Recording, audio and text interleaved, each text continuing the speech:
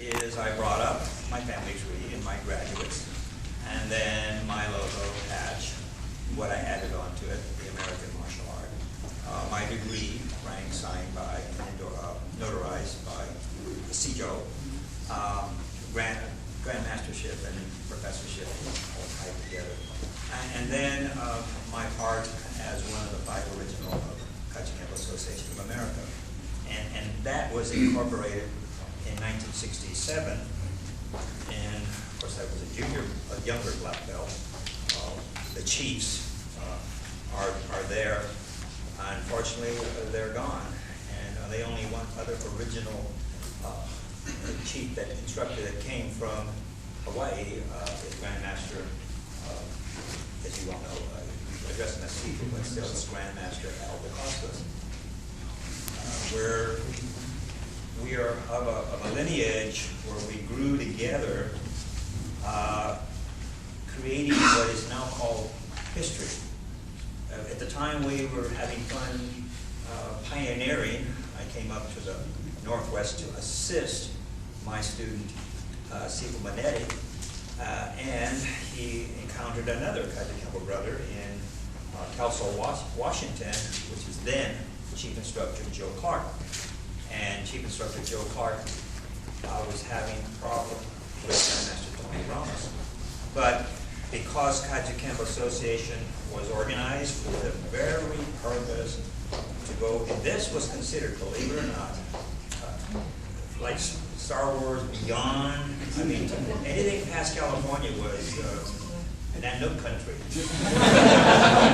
Big trees and all.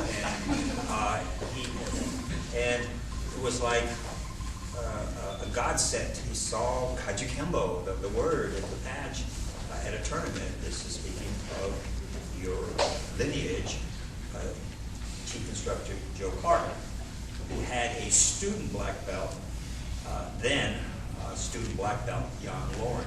So the certificates you see back there were signed by me as president of the KAA to release the Kracken, you might say, because Joe Clark was raring to go. I've got people. I need the rank to continue the growth.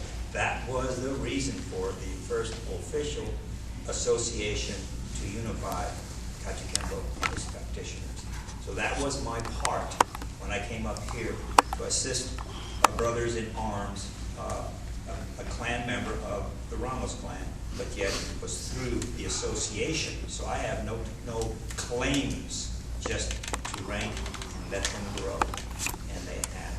So that was my part as far as your Kajukenbo. And eventually, at which Grandmaster Al will then give you the ins and outs from hour one, day one of Tumpai and where it went and what it should be done for your unification. And I'm just so happy. I've encountered the patch of our system, which I went around, you see, you know from the here. I've seen 2 over here that are Tumpai, but that is original. I mean, that is our one, day one original when I see that. But there's going to be some changes, great changes. And it just delights me to no end I feel so much energy from you people in the Northwest. When I came up, beknownst to you, to view, and this was the potluck dinner that I met some of you. If you felt I was a little aloof or quiet, I was being an observer, and I was to speak to your chiefs, the heads of your clan, and to find out where we can, what I can do to help shore up. And this has been for me an 8-month project. And finalizing to Grandmaster Al is that to let you know what the brotherhood, sisterhood of Kajukenbo and its branch systems recognized. It was your brother, Professor Lopez, Sid Lopez, who was spoken to by Professor Weldon discussing the systems, and as the professors will speak, if there's any problems or what can we do to advance where we're having some difficulties, what kind of assistance can we get? So he called me up long distance and started telling me a story. So, since my chief was gone and my CEO has passed on, it was my duty to come up and see for myself. That was a 3-month emailing back and forth with calls. We have not that Professor Lopez should be thanked by you by sounding the alarm. We need some help. And it culminated, and finally I felt everything was pretty much in place. I've done the groundwork. That's when Grandmaster L was brought into the picture, because Cedro, Grandmaster L de la Cruz, Mike Young, Tom High, that's you folks.